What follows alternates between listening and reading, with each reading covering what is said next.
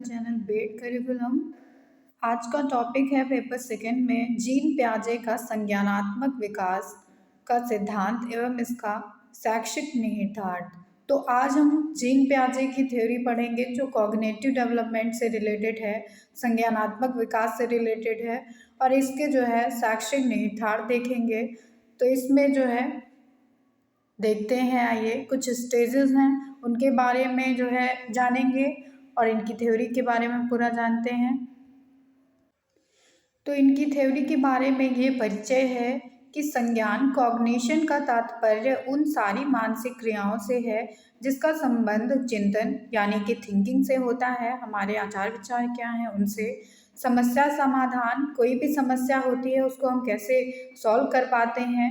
भाषा संप्रेषण, हम एक दूसरे से बातचीत कैसे करते हैं, और भी बहुत सारे मानसिक क्रियाओं से होता है। तो यह जो है संज्ञान से इसका तात्पर्य है और संज्ञान में ये सारी चीज़ें इंक्लूड होती हैं। उसके बाद बताया गया है कि नेसर 1967 ने कहा कि संज्ञान संवेदी सूचनाओं, सेंसरी इंफॉर्मेशन को ग्रहण करके उसका रूपांतरण, विस्तारण, संग्रहण, पुनर्लाभ तथा इसके समुचित प्रयोग करने से होता है। तो नेसर के अनुसार संज्ञान को बताया गया है कि वह हमारी संवेदी सूचनाओं को ग्रहण करता है और उनमें जो है रूपांतरण करता है, उनका विस्तारण करता है, उनको संग्रह करके रखता है, इकट्ठा करके रखता है, उनकी रिकवरी करता है। मतलब उसमें अगर कोई क्षति होती है तो उसमें जो है पुनर्लवन करता है, पुनर्लाभ करता है उसको। इसी को जो है संज्ञान बताया है नेसर के अनुसार। उसके बाद है कि जीन प्याजे संज्ञानात्मक विकास के क्षेत्र में कार्य करने वाले मनोवैज्ञानिकों में सर्वाधिक प्रभावशाली माने जाते हैं। तो जीन प्याजे का नाम जो है संज्ञानात्मक विकास में सबसे पहले आता है। जीन प्याजे का जन्म 9 अगस्त सन 1896 में स्विट्जरलैंड में हुआ था। उन्होंने जीव विज्ञान में पीएचडी की उपाधि जो है धारण ग्रहण की है। मनोविज्ञान के प्रशिक्षण के दौरान वे अल्फ्रेड बिनेट के प्रयोगशाला में बुद्धि परीक्षण पर जब कार्य कर रहे थे, उसी समय उन्होंने विभिन्न आयु के बच्चों के द्वारा अपने चारों ओर के बाह्य जगत के बारे में ज्ञान प्राप्त करने के लिए अध्ययन करना शुरू किया।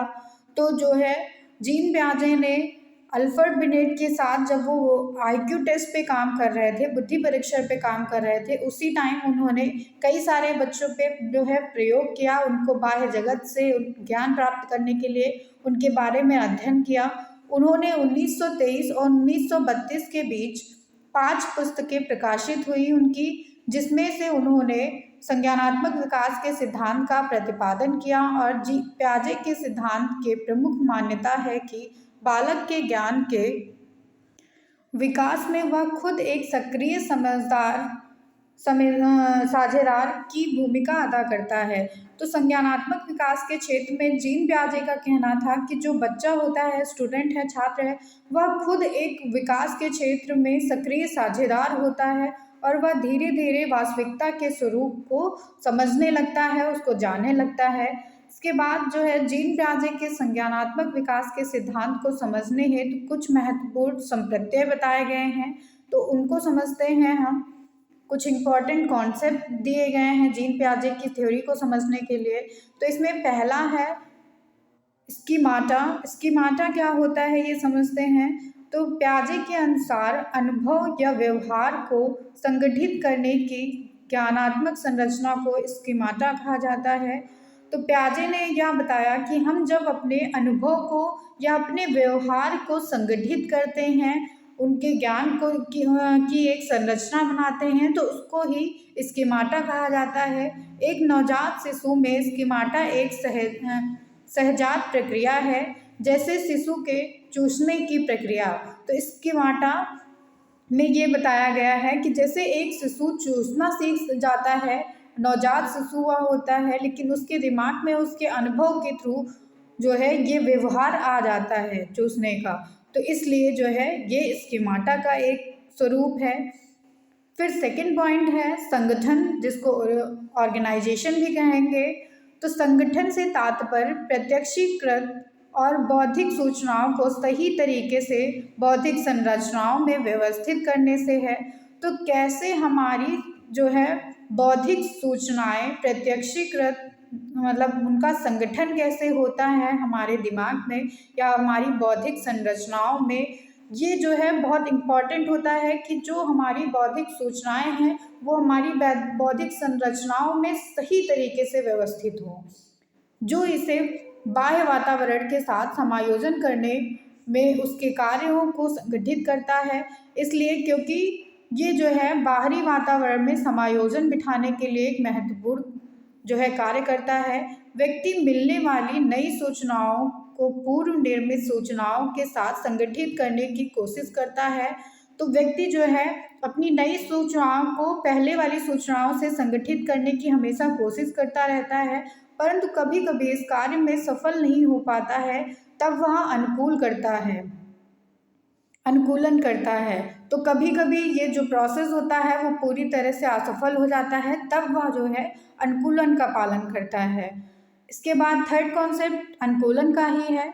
तो अनुकूलन का मतलब है अडाप्टेशन, मतलब किसी चीज़ को हम ग्रहण कैसे करते हैं। तो पियाजे के अनुसार अनुकूलन वह प्रक्रिया है जिसमें बालक अपने को बाहरी वातावरण के साथ समायोजन करने की कोशिश करता है।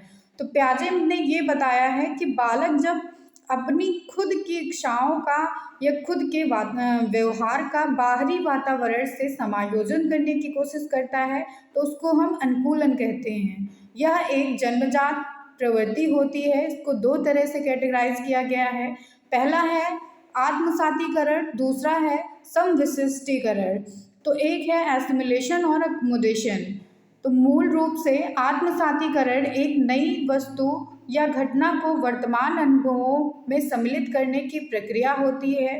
मतलब आत्मसातीकरण का मतलब है कि एक नई वस्तु को या किसी घटना को हम अपने पहले के अनुभवों के साथ सम्मिलित कर पाते हैं। इस क्रिया को ही आत्मसातीकरण कहा जाता है। जैसे कि एक उदाहरण है, यदि एक बालक के हाथ में टॉफ़ी रख दिया जाता है तो वह उसे तुरंत मुंह में डाल लेता है, क्योंकि उसे यह पता है कि टॉफ़ी एक खाद्य वस्तु है। तो जब भी हम एक बच्चे के हाथ में टॉफ़ी रखते हैं तो वह तुरंत उसको खा लेता है, क्योंकि उसे पता है कि टॉफ़ी जो है खाने की चीज़ है। यह बालक के अनुकूलन के द्वारा खाने की क्रिया को आत्मसात कर रहा है। तो यह जो है आत्मसातीकरण का एक एग्जाम्पल है। फिर बात करेंगे कि समविशिष्टीकरण का क्या मतलब है, अकोमोडेशन का क्या मतलब है।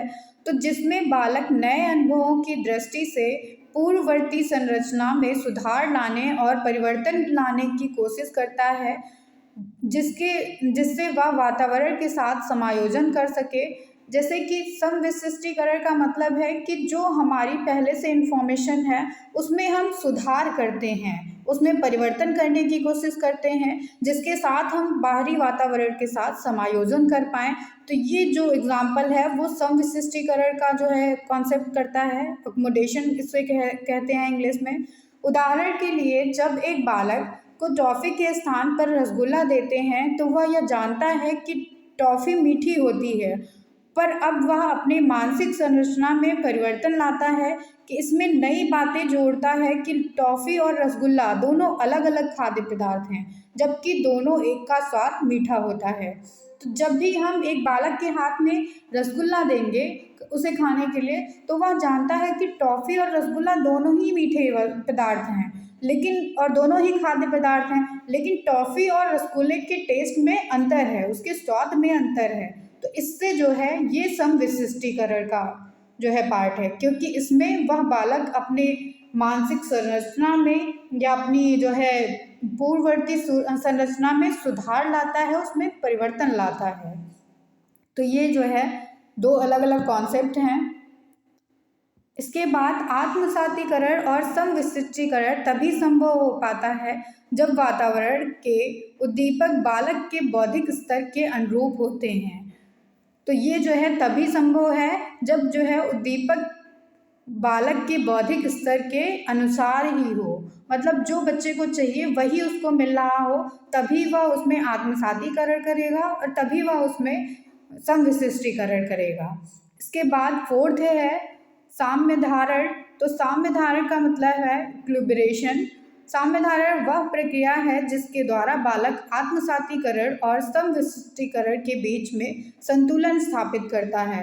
तो आत्मसातीकरण का अर्थ यह होता है कि जब बालक आत्म समधारण का मतलब है कि जब बालक आत्मसातीकरण और समविशिष्टीकरण के जो है कॉन्सेप्ट पे दोनों के बीच में बैलेंस कर पाता है कि अगर उसको टॉफ़ी मिल रही है तो टॉफ़ी मीठी है और उसको रसगुल्ला मिल रहा है तो रसगुल्ला और टॉफ़ी दोनों ही मीठे हैं। तो जब वो दोनों के बारे में नई चीज़ों को अपने मानसिक संरचना में बिठाने के बारे में और पूर्ववर्ती सूचनाओं में जो है परिवर्तन करने के बारे में, दोनों में जब वो बैलेंस बना लेता है, संतुलन बना लेता है, तब उसको साम्य धारण कहा जाता है।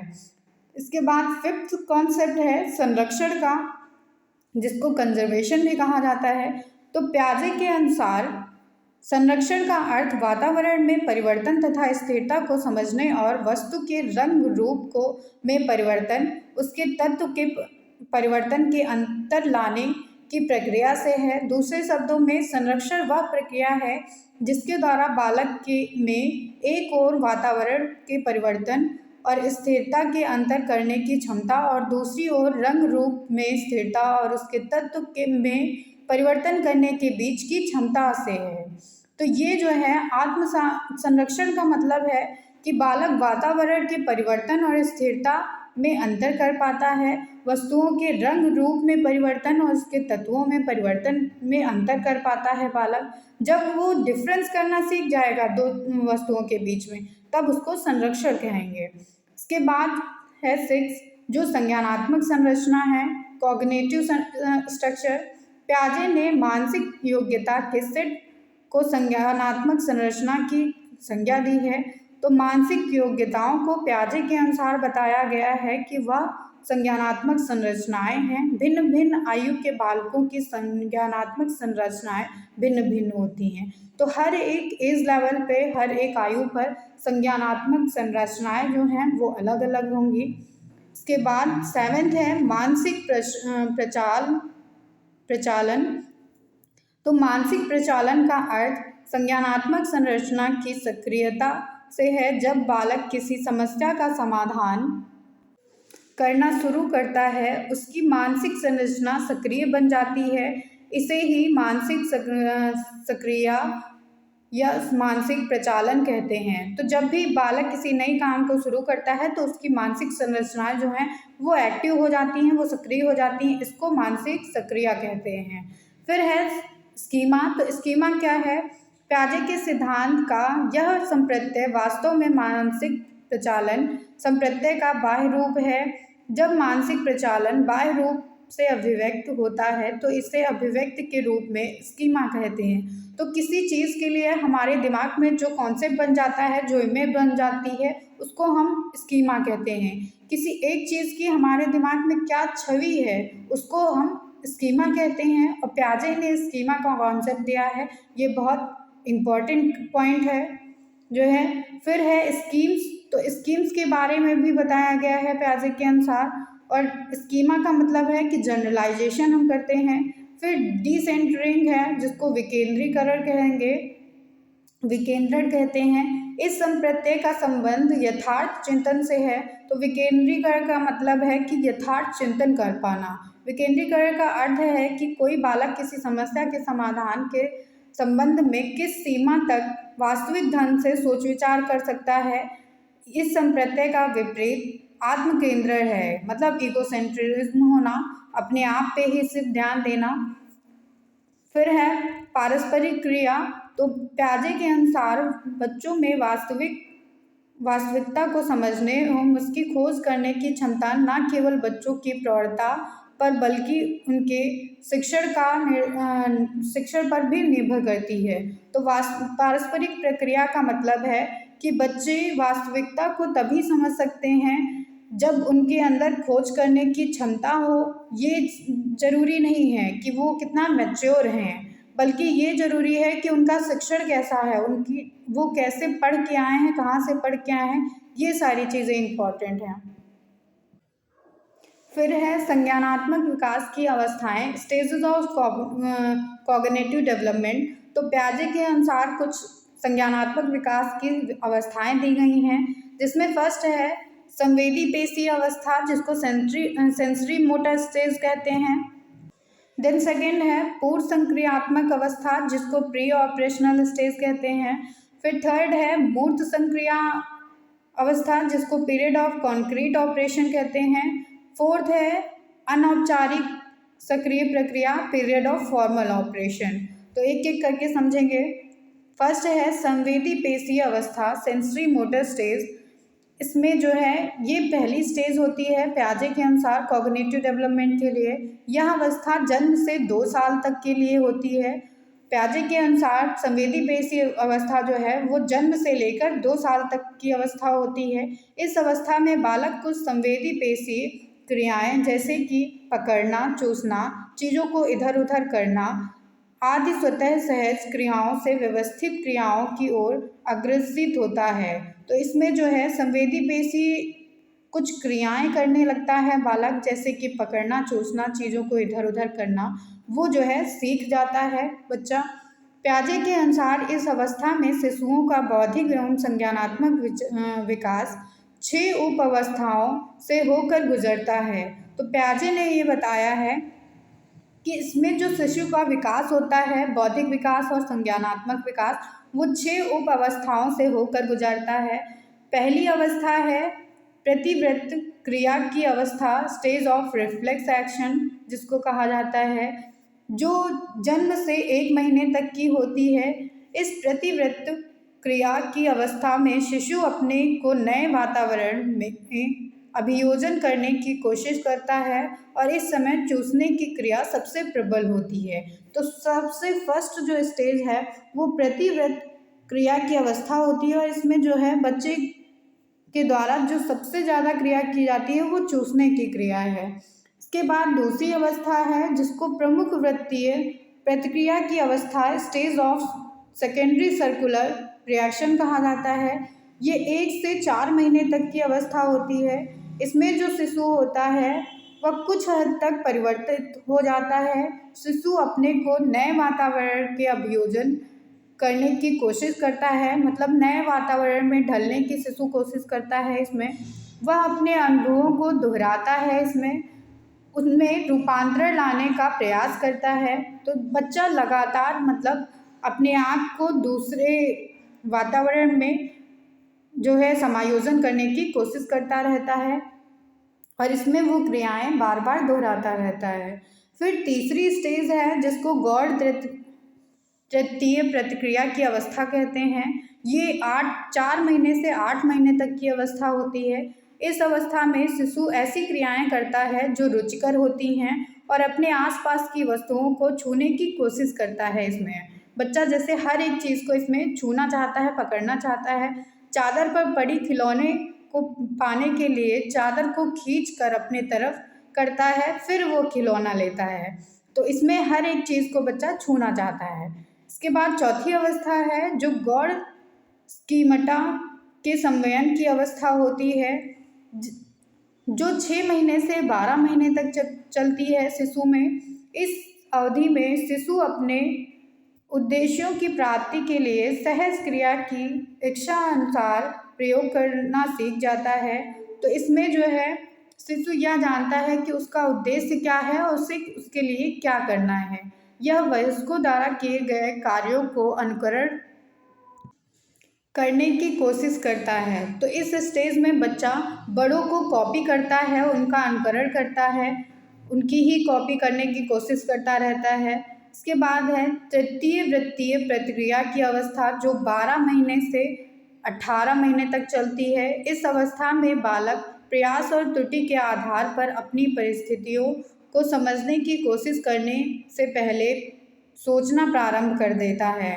तो इसमें जब बच्चा प्रयास और त्रुटि करता है अपनी, उसके आधार पर ही वह परिस्थितियों को जानने लगता है, उनके बारे में सोचने लगता है, उसके अंदर क्यूरियोसिटी आने लगती है, उत्सुकता बढ़ने लगती है और भाषा का भी प्रयोग करना इसमें चालू कर देता है बच्चा। फिर है मानसिक संयोग द्वारा नए साधनों की खोज अवस्था। तो मानसिक संयोग करके वो नए साधनों की खोज करने की जो है कोशिश करता है। इसमें यह अवस्था जो है 8 महीने से 2 साल तक चलती है। किसी भी शिशु में इमेज का प्रयोग करना सीख जाता है, वो किसी भी प्रतिमा का प्रयोग करने लगता है। अब वह खुद ही समस्या का हल प्रतीकात्मक चिंतन क्रिया द्वारा ढूंढ लेता है। तो बच्चा जो है किसी न किसी चीज़ को देखकर, उससे सीखकर अपनी समस्याओं को सॉल्व करने लगता है, हल करने लगता है इसमें। देन सेकेंड स्टेज है पियाजे के अनुसार पूर्व संक्रियात्मक अवस्था, जिसको प्री ऑपरेशनल स्टेज कहते हैं। यह स्टेज जो है समझते हैं संज्ञानात्मक विकास की पूर्व संक्रियात्मक अवस्था लगभग 2 साल से प्रारंभ होती है। तो यह स्टेज जैसे ही सेंसरी मोटर स्टेज खत्म होती है, संवेदी पेशी अवस्था, वैसे ही यह चालू हो जाती है पूर्व संक्रियात्मक अवस्था और 7 साल तक यह चलती है। मतलब इसका जो टाइम पीरियड होता है पूर्व संक्रियात्मक अवस्था का, वह 2 साल से लेकर 7 साल तक का होता है। इस अवस्था में संज्ञानात्मक कार्यों की उत्पत्ति होती है, मतलब वह अपने संकेतों को देखकर किसी भी कार्य को करने लगता है और इसमें बच्चा भाषा का प्रयोग करने लगता है। तो इस तरह से पियाजे ने पूर्व संक्रियात्मक अवस्था को 2 भागों में बांटा है। पहला है पाक संप्रत्यात्मक अवस्था, जिसको प्री कॉन्सेप्चुअल पीरियड कहते हैं। यह पीरियड जो है 2 साल से 4 साल तक बच्चे में चलता है। इस अवस्था में वस्तुतः परिवर्तन की अवस्था है, जिसे खोज की अवस्था भी कहा जाता है। तो ये जो अवस्था होती है इसको खोज की अवस्था भी कहा गया है। इस अवस्था में बच्चे जो है संकेत का प्रयोग करने लगते हैं और वह थोड़ी सी अव्यवस्थित होती है। ये व्यवस्था जो है थोड़ी सी अव्यवस्थित भी रहती है। इस व्यवस्था में बच्चे बहुत सारी ऐसी क्रियाएं करते हैं जिसे इससे पहले वह नहीं कर सकते थे। तो इसमें जो है बच्चे नई नई क्रियाएं करने लगते हैं, जैसे कि संकेत व चिन्ह का प्रयोग कब और कहाँ करना है, ये वो सीख जाते हैं। अपने शब्द वहाँ कहाँ उनको इस्तेमाल करने हैं, उनको ये पता चल जाता है और शब्द के प्रयोगों के द्वारा वह अपनी समस्याओं का समाधान करने लगते हैं। बालक विभिन्न घटनाओं या कार्यों के संबंध में क्यों और कैसे जैसे प्रश्न पूछने लगते हैं। तो हर एक चीज़ के बारे में बच्चा सवाल करने लगता है कि ये है तो कैसे है, ये है तो कैसे क्यों है, इसके पीछे क्या रीज़न है। उनको हर एक चीज़ का कारण जानना होता है और इसी स्टेज में बच्चा जो है दूसरों की नकल करने लगता है, अनुकरण करने लगता है दूसरों का। तो ये जो है इस स्टेज में काफ़ी सारे जो है बच्चे में न्यू एबिलिटीज़ देखने को मिलती हैं। लड़के अपने पिता का अनुकरण कर स्कूटर चलाने लगते हैं, समाचार पत्र पढ़ने लगते हैं और लड़कियां अपनी माँ की तरह जो है गुड़ियों को खिलाना, तैयार करना जैसे काम करने लगते हैं। तो बच्चा अपने माता पिता के अनुसार काम करता रहता है इसमें। इसके बाद बताया गया है कि जीन पियाजे की जो पाक संक्रियात्मक अवस्था है, जो 2 से 4 साल तक चलेगी, इसमें कुछ जो है परिसीमाएं बताई गई हैं, 2 लिमिटेशंस बताई गई हैं। पहला है जीववाद और दूसरा है आत्म केंद्रिता, मतलब ईगोसेंट्रिज्म। जीववाद में बालक निर्जीव वस्तुओं को भी सजीव समझने लगता है। यह ऐसी अवस्था होती है जिसमें बच्चा हर एक चीज़ को जो है सजीव समझता है, चाहे वो सूरज हो, बादल हो, पंखा हो या फिर कोई भी चीज़ हो, वो हर एक चीज़ को सजीव समझता है। और आत्म केंद्रिता की भावना रहती है। आत्म केंद्रिता में बालक यह सोचता है कि यह दुनिया सिर्फ उसी के लिए बनाई गई है। तो इसमें जो है बच्चा यह जानता है कि वह जो है इस दुनिया का सेंटर पॉइंट है और उसके चारों तरफ ये दुनिया चल रही है। इसके बाद सेकेंड स्टेज जो उसमें थी वो 4 साल से 7 साल तक चलेगी पूर्व संक्रियात्मक अवस्था में, जिसको कहते हैं अंतर्दर्शी अवधि। इस अवधि में बालक की चिंतन और तार्किक क्षमता पहले से अधिक सुदृढ़ हो जाती है। तो 4 से 7 साल का पीरियड ऐसा होता है जिसमें बच्चा चिंतन करने लगता है, उसकी तार्किक क्षमता पहले से और ज़्यादा सुदृढ़ हो जाती है और ज़्यादा स्ट्रॉन्ग हो जाती है। पियाजे के अनुसार अंतर्दर्शी चिंतन ऐसा चिंतन होता है जिसमें बिना किसी तार्किक विचार द्वारा प्रक्रिया कि किसी बात को तुरंत स्वीकार कर लेना। तो पियाजे के ने बताया है कि अंतर्दर्शी चिंतन वह है जिसमें आप बिना किसी तर्क वितर्क के किसी भी बात को स्वीकार कर लेते हैं तुरंत, अर्थात वह अगर कोई समस्या का हल करता है और उसके समाधान का कारण वह नहीं बता सकता, समस्या समाधान में सन्निहित मानसिक प्रक्रिया के पीछे छिपे नियमों के बारे में उसकी जानकारी नहीं होती है।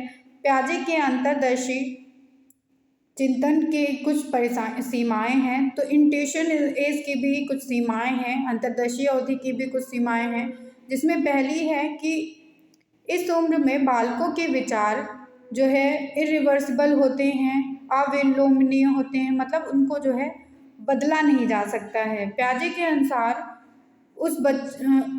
उस उम्र में बच्चों के तार्किक चिंतन की कमी होती है। तो पियाजे ने बताया है कि ये ऐसी जो है एज होती है 4 साल से 7 साल की, कि इसमें जो है बच्चा तार्किक चिंतन को ज़्यादा अच्छे से नहीं कर पाता है, एक दूसरे से तर्क वितर्क नहीं कर पाता है, क्योंकि इसमें जो है संरक्षण का नियम लगता है, लॉ ऑफ कंजर्वेशन लगता है। देन थर्ड स्टेज है मूर्त संक्रिया अवस्था। मूर्त संक्रिया अवस्था का मतलब है पीरियड ऑफ कॉन्क्रीट ऑपरेशनल। ये 7 साल से 12 साल तक चलेगी अवस्था। इस अवस्था में बच्चे का अतार्किक चिंतन संक्रियात्मक विचारों का स्थान ले लेता है। बच्चा जब जोड़ना, एडिशन और घटाना, गुणा करना, भाग करना कर सकते हैं, तो इस स्टेज में जो है बच्चा जोड़ना, घटाना, गुणा करना, भाग करना, ये सारी चीज़ें जो है सीख जाता है थर्ड स्टेज में।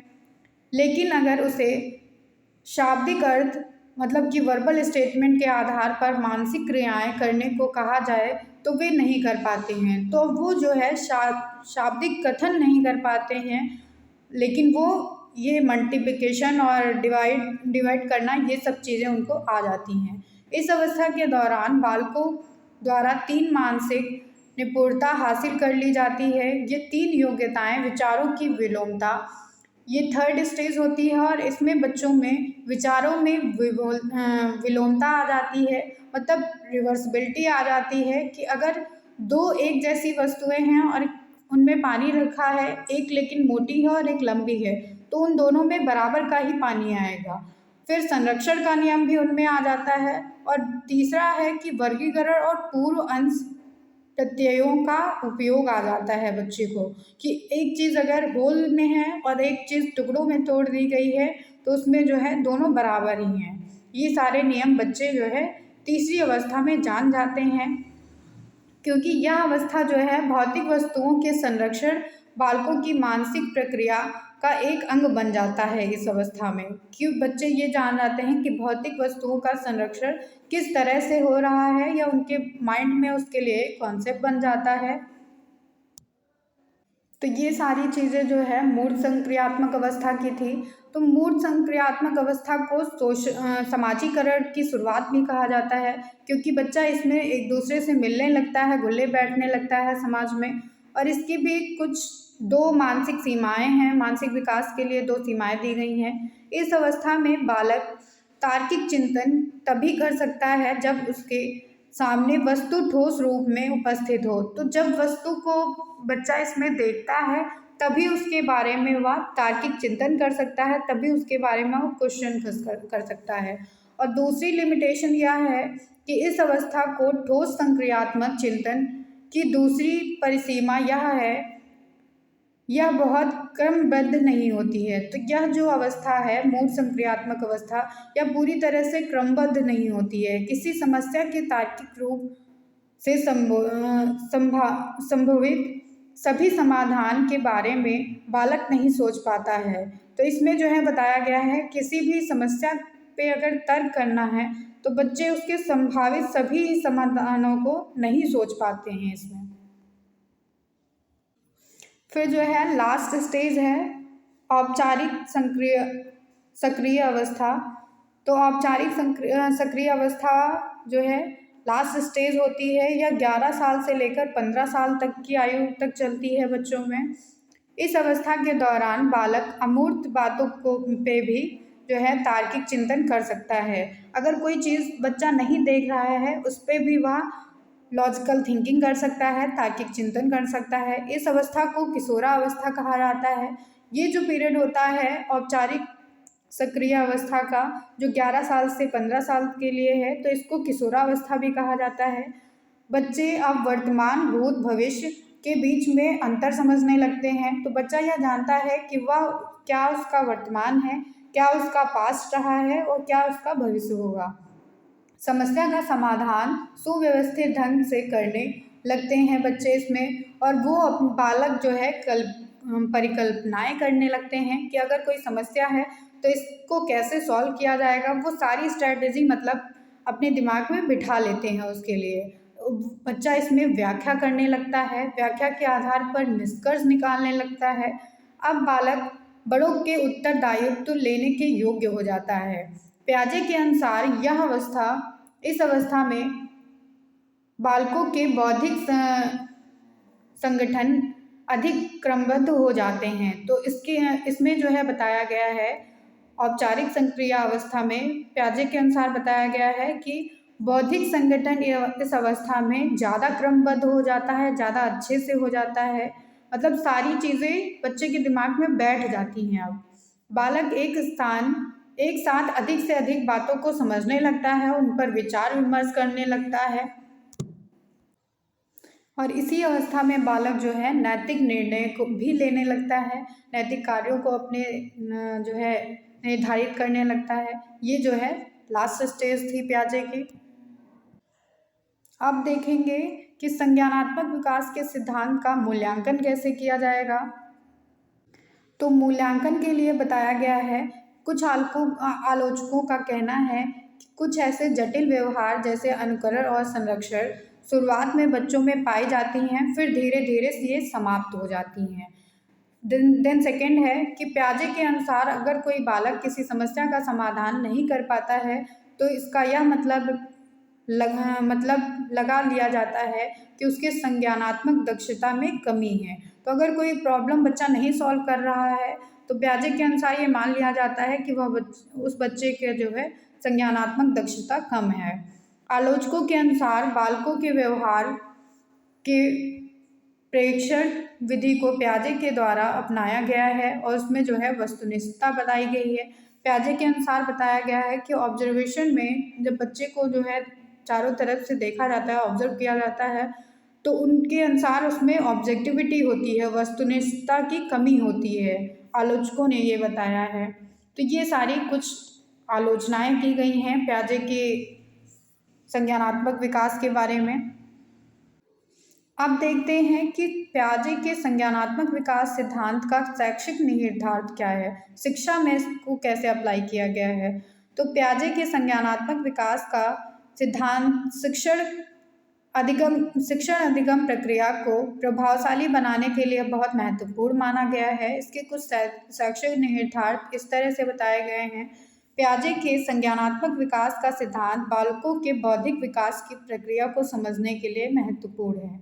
तो प्याजे ने जो संज्ञानात्मक विकास का सिद्धांत दिया है वह यह बताता है कि बच्चों का बौद्धिक विकास कैसे होता है, एक्चुअली किस प्रक्रिया में वह चलता है। फिर बताया गया है कि इस सिद्धांत के द्वारा शिक्षण अधिगम प्रक्रिया को प्रभावशाली बनाया जा सकता है। तो इसी जो है सिद्धांत के द्वारा बच्चे को अच्छे से टीचिंग और लर्निंग कराई जा सकती है, उसकी लर्निंग को इफ़ेक्टिव बनाया जा सकता है। तो प्याजे का जो सिद्धांत है वह पाठ्यक्रम यानी कि करिकुलम डिसाइड करने में भी बहुत मदद देता है। यह सिद्धांत संज्ञानात्मक विकास की समुचित व्याख्या करने में यह सिद्धांत एक सफल आधार प्रदान करता है।